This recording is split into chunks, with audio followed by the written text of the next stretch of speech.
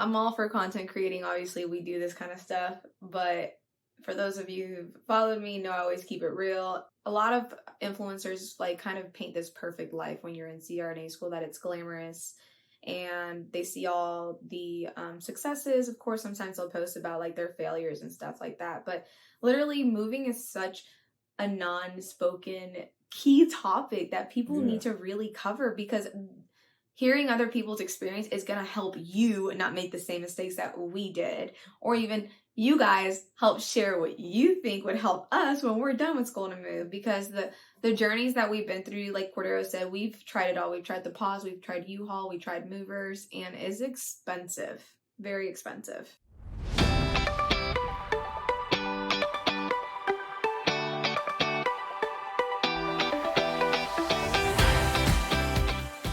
Hello, future CRNA. Welcome to CRNA School Prep Academy podcast.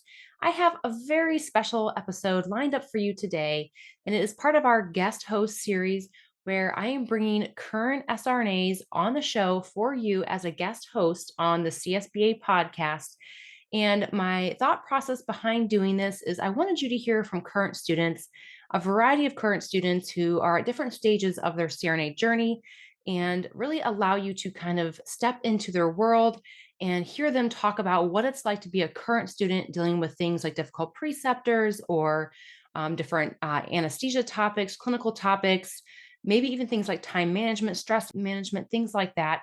I think these episodes are going to be gold, and I hope you enjoy as much as I always do hearing from current students. I know for a fact that the reason why CRNA School Prep Academy is where it is today, and the reason why I have learned so much, is from diving all in, listening to current students along with CRNAs share a wealth of information, and really kind of taking all of that information and kind of compiling it into kind of the system that we have created today. And I know that you're doing the same thing by tuning into the show week after week, developing your own method, your own strategy, and your own system for success. So I hope you enjoy these guest episodes. Let's go ahead and get into today's show. What's up, guys? Welcome back to A Couple Nurses. It's Cordero. And Monica. And today we're making a special episode for Jenny at CRNA School Prep Academy. And today we're going to talk about preparing for CRNA school. You know, all the time we get these questions about what should I do before school, talking about money, what should you study? And then we're also going to give you guys some tips on moving, because we did it all. We use U-Haul, we use pods, we use movers. So we can give you the best tips on that too. I really want to start out by saying, whenever you are about to start school, okay, don't study nothing. There is nothing, maybe not true, but in my opinion, I was like, there's nothing that you can really study to truly prepare you for what you're about to experience. A lot of programs, depending on how they are, whether front-loaded, integrated, whatever the case may be, you may not even be touching like core didactic science classes until you're in person. So really, for me personally, when I first started out, it was a lot of research classes, things that are getting you prepared for like the DNP aspect of, graduating with a doctoral degree. So like, chill, like enjoy your time, truly enjoy your time off, take your vacations, get your money in order, put things in savings account, whatever the case may be. But like, you are about to have 3 years of your life that's going to feel like you're not necessarily, you're not doing the things that you truly want to do out of them. Obviously, you're accomplishing your goals and all that great stuff, but you're not able to go party with your friends. You're not able to go on these vacations, family vacations, weddings, whatever the case. You're going to be missing out on a lot of, life experiences, I guess you could say, right? Like, within these 3 years, more specifically, once you're in person, I feel like that's when like the nitty gritty and the grind really begins. Again, depending on what kind of program you're in, whether you're integrated or front loaded. Moral of the story, put the books down. Like, you're going to have plenty of exposure to books. And for us, I feel like we took so many vacations, and I think that was the best thing that we could do, because I'm going to tell you right now, even though we took all those vacations, like I look back, I'm like, dang, like I'm so happy that we actually did that. But then I'm still just as sad. Like I'm still just as sad that like I'm in school right now. And honestly, I'm grateful. I always remind myself, like, why would I want it to do? So before you guys come in the comments, but I'm just saying, like, I say I'm still sad in the terms of like, I still feel like I'm missing out on life. And I still feel like I can't take those vacations that I want to take because A, we're not working, and B, these programs and this degree consume so much of your time, especially if you want to be successful.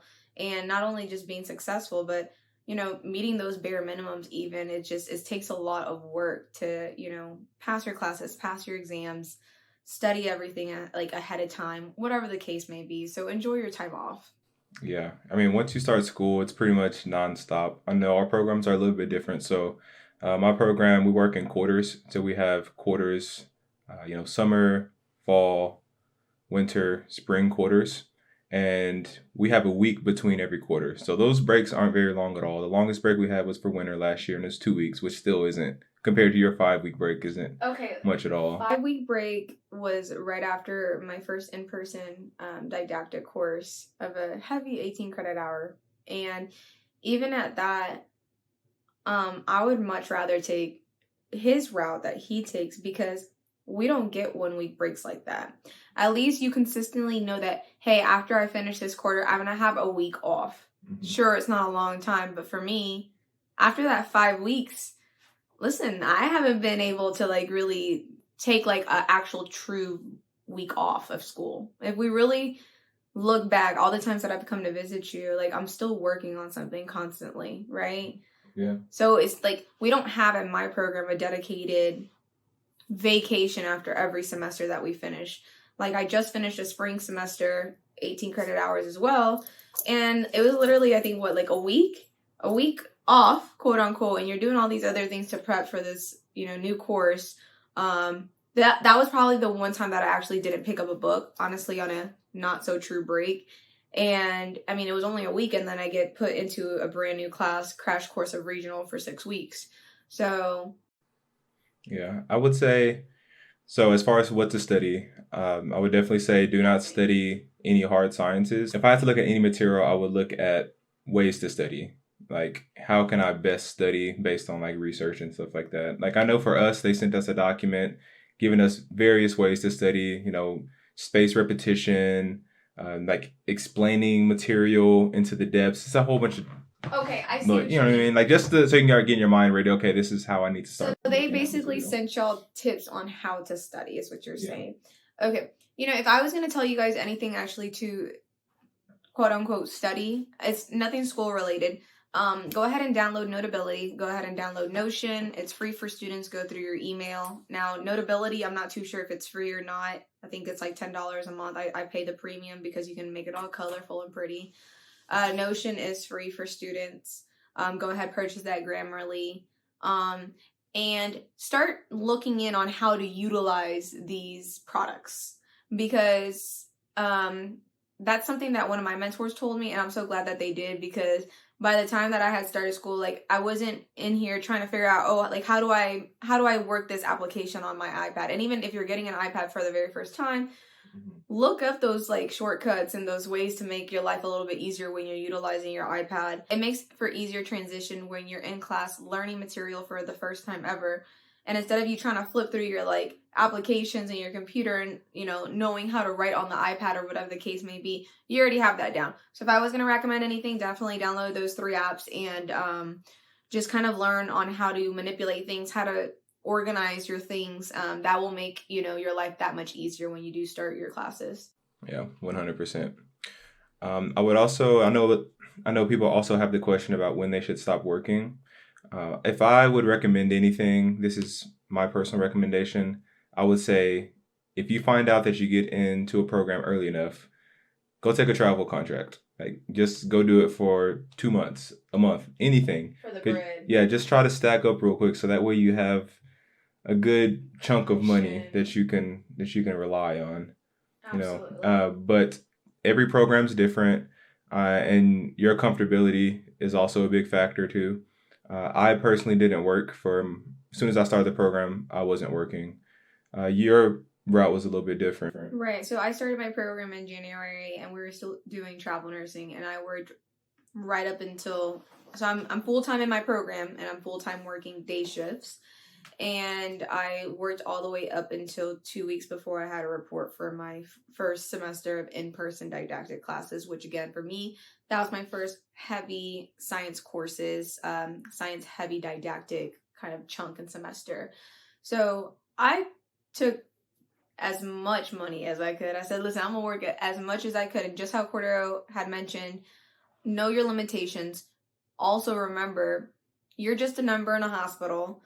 You are paying a lot of money for your program. So if at any point you feel like you cannot handle it and you need to go part-time or you need to quit, make that decision for yourself. That's EQ right there. You got to make sure that you're able to assess on how you feel in these situations to make the best decision for yourself. My personal reason as to why I wanted to work, I have some loans, from my nursing school and just previous schooling. So I said I wanted to make a huge dent on one of my loans and pay it off, which I was blessed enough to do so with all of our savings, and that made that possible. And additionally, I knew when we had that 5-week break, hey, like, I want to take a vacation, sun's out, buns out, like, I want to be somewhere in the Caribbean, laxing. And, these are sacrifices that I made, and of course, I made sure that I was getting all my assignments done in time and doing everything that I need to do on my end in order to make that possible for me to work full time. I know plenty of people in my program, based on how my program is set up, front loaded, that a lot of them did keep their job full time right around the time that, August had hit, which is right when we started that first in-person didactic course. Some people didn't. I think it just takes, like I said, you realizing the patterns and understanding like, okay, like, hey, like, I can't handle this right now. And that's okay. You're paying too much money to try to like adjust things in the making. You know what I mean? When you're discussing a job versus school, which is going to prepare you for the rest of your life. So. Well said. Hey there, future CRNA. Another dose of daily inspiration along your CRNA journey. So I'm highlighting another community member's success story today. This one is big shout out to Melissa. Congratulations on your acceptance. And thank you so very much for sharing your journey. I found out yesterday that I was accepted into the CRNA program at, and again, I keep this confidential, class of 2026. I truly could not have done it without the help of Jenny Fennell, Richard Wilson, and CRNA School Prep Academy. They have all proven to be invaluable and will forever be grateful for all the resources and countless hours listening to Jenny and Richard. I'm a part of the low science GPA club, so I didn't think I had a chance of getting in on the first try and doubted myself many times. For anyone applying or thinking about it in the future, believe in yourself and don't give up. And most importantly, join CRNA School Prep Academy. Thank you, Melissa. You're so sweet. And I'm so incredibly proud of you. I wanted to highlight that Melissa didn't have the strongest GPA. She said she was part of the low science GPA club, but she still got in on the first try.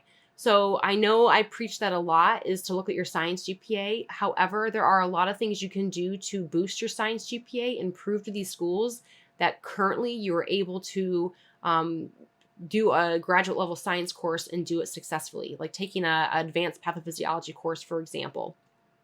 So again, don't let something like fear of having a less than competitive GPA hold you back from applying, because you never know. And really the only way, you guys, to kind of figure out this journey is to just start taking action. So rewards come to action takers. Whether you fail or succeed, either way, you're going to know how to move forward. Okay, so I hope that's a big takeaway for today's episode. And let's get back into today's show. And then I also want to give some suggestions to you guys on like must-haves for school. And this, again, based on what's helped me in my program. So I definitely recommend getting an extra monitor. Yes. And then before even an extra monitor, make sure that your laptop is booted up and is ready for some extensive work. I have one of my classmates, and he has to have his laptop plugged into his charger. Oh, yeah. And that's like you mean like at all times for charge? At all times, yeah. Oh no. But that's how some MacBooks get after so long, the battery. It's after that 5-year life, I feel. Yeah, so I mean, make sure your laptop is ready to do some work, because you're going to be on that thing for hours. Guys, y'all can go to Best Buy, open up a credit, open up a credit card, interest-free, to pay off your laptop within the first year, okay? That's a tip I'm going to share with y'all, because that's what I did, you know what I mean? And it's like, you're gonna need this. You are powering that laptop day in and day out at max speed, 20 pages open on your, like, you got Word open, you got the Internet Explorer open, you got some other stuff a open. little baby work. Yeah. I have a classmate that's had her laptop and I think since like 2017. I said, girl, what? Like, and they'll randomly like just overheat and you hear like the motor running like, and then shuts off. Yeah, you can't do that. Literally, when you sign for every class in syllabi, you're saying like, I have a functioning laptop. Yeah, so you do. have You a really functioning laptop. We can't play those games, okay? Yeah. And then we also both have iPads and with the pencil. Yes, with the pencil. So that helps you be mobile. It's also an extra screen for you. Some people may argue that it's not necessary. I could see how you can survive without an iPad. So I have an iPad, a Mac, and then I have an extra monitor. And me personally, I don't know how I would have survived without my Mac. The thing is, my Mac, I like to download my PowerPoints for my lectures whenever I'm going to class. It's easier for me to jot down notes instead of, I am a fast typer, but I can pinpoint and circle things that they're focusing on. Yeah. And you can draw over the PowerPoints, add additional notes. Depending if your professors allow, you can also record on your iPads. So that's just a little bit of food for thought. For sure. And if you get an iPad, you might as well get the iPad holder. It's only like another $10-15. So Amazon, baby. Just get it. And then the last thing that I have that Monica doesn't have is a external keyboard and mouse. Yeah, he's extra. He's extra. I didn't need all that. So yeah, I mean, it really sets up your command center. No, listen, guys. He even got a webcam camera. I'm like, for what? Like, you have a camera. I'm a content creator. What do you mean? Listen, we got a camera on the phone. We got a camera on the iPad. We got a camera on the computer. Where you need another camcord. That's the quality's not even that good, but we're not gonna get there. So, and then we're gonna kind of make this transition into moving, the whole moving process, because that's something you should be planning for, up until you get into your school, because that's not something you want to be doing last minute because it's so many moving parts. I just feel like a lot of people don't talk about the moving process. They don't. Listen, I'm all for content creating. Obviously, we do this kind of stuff. But for those of you who've followed me, know I always keep it real. A lot of influencers like kind of paint this perfect life when you're in CRNA school, that it's glamorous. And they see all the successes. Of course, sometimes they'll post about like their failures and stuff like that. But literally, moving is such a non-spoken key topic that people need to really cover, because hearing other people's experience is going to help you not make the same mistakes that we did, or even you guys help share what you think would help us when we're done with school to move, because the journeys that we've been through, like Cordero said, we've tried it all. We've tried the pause, we've tried U-Haul, we tried movers, and it's expensive. Very expensive. Yeah. And through all those, we're not going to take you guys down these horror stories and things that we've had to deal with, but we definitely recommend pods. I think we can agree on pods. So essentially how pods works is you call up pods, you schedule them to drop off a pod, which is like a big storage container, like the ones that you see on trains and stuff sometimes, like a mini ones. You put your stuff in there and you tell them when to come pick it up, and they'll take that pod to your location for you, which is a huge time saver and like energy saver, because nobody likes driving the big U-Hauls around. It's cheaper to do that, but it's such a hassle. And then you have to find someone to drive your car, and it's a lot. Yeah. And he's saying all this because we went through all this. Movers are highly expensive when you're moving from state to state. That was one of the options that we first had. And they'll upcharge you. They'll start packing all your stuff, and they'll say, "Oh, by the way, we got to upcharge you $1,200 freaking dollars," which happened to us. So don't make that mistake. Like Cordero said, he did the pods, and that's something that I'm definitely thinking about doing whenever I'm moving from school, because I currently have all my things in a storage. So currently I'm in a situation right now where I had to move all my things from my apartment because I'm not re-signing my lease due to clinicals. And I just moved everything into a storage that's literally walking distance from my apartment complex, because my new clinical site is going to be an hour away from the home base of our campus. And personally, I can't afford to rent. I think that's silly in my financial situation with having two people in the household being in CRNA school. So I'm just going to be living like a nomad and Airbnb-ing this thing out. And I think that was the best thing that I could do. It's most cost effective. And I always try to remind myself that, hey, like, this is temporary. I'm gonna get my dream house. Everything's gonna work out. Manifesting it. I just have to sacrifice a little bit. So that's what the current journey that I'm on right now. So I learned from that process of all of our moving process. I was like, hey, like, this is the best thing that I can do. There's no reason why I should keep an apartment that's $1,500 while, you know, paying $1,000 at this Airbnb a month. It just makes no sense. For sure.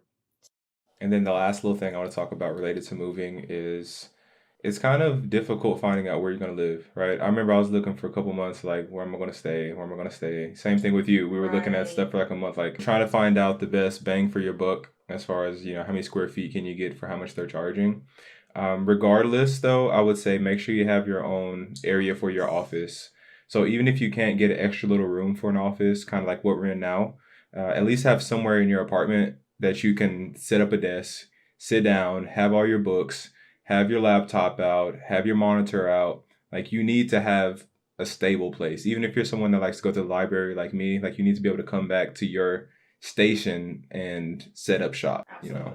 I agree. So that was probably one of the biggest decisions that I'm glad that we made for ourselves, is having our own office. And also just like some food for thought, as far as Cordero's program is aligned with, is they have apartment complex that's associated with their campus that's more affordable in their housing and things like that. So do some digging, contact the school, talk to seniors, talk to juniors, talk to people that are already in the program. They have a lot of guidance to share based on their experiences as well. So personally for me, I had a mentor already in the program, and she was kind enough to actually, you know, go to the apartment complex, show me a video of how the complex looked. Unfortunately, she wasn't able to get into an actual model or whatever the case may be, but it just made me feel that much more secure, like, hey, I might be making the right decision. Because me personally, I wasn't going to drive all the way to the state where I'm going to school and scope out apartment. Sometimes that's what people do. They'll go out and travel to wherever their campus is at, and they'll look for apartments. I didn't have time to do that. I was working. So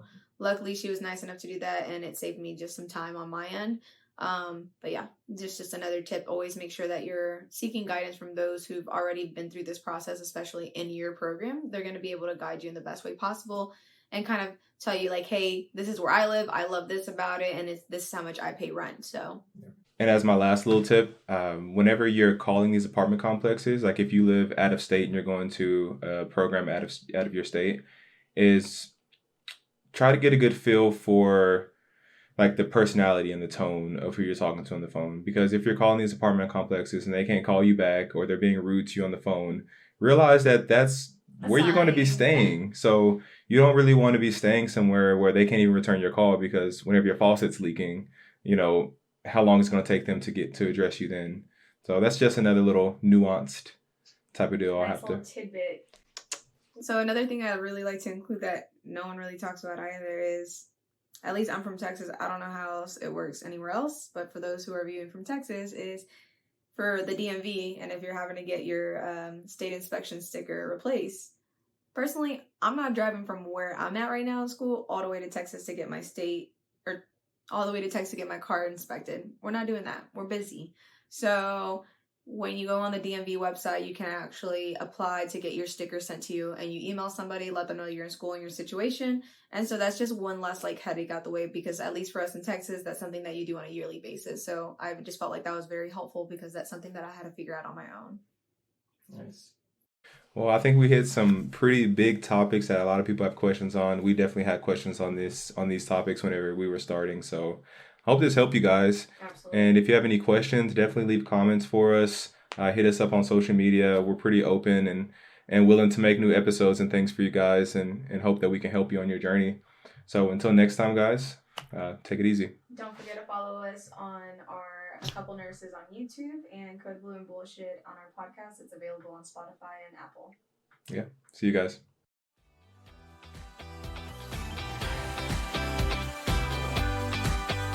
Hey, future CRNA, as always, I appreciate you and your loyalty. Thank you so very much for tuning in this week. I'd love to hear from you, so screenshot this episode and share it to your IG stories with your biggest takeaway. Don't forget to tag me at CRNA School Prep Academy so I can personally thank you.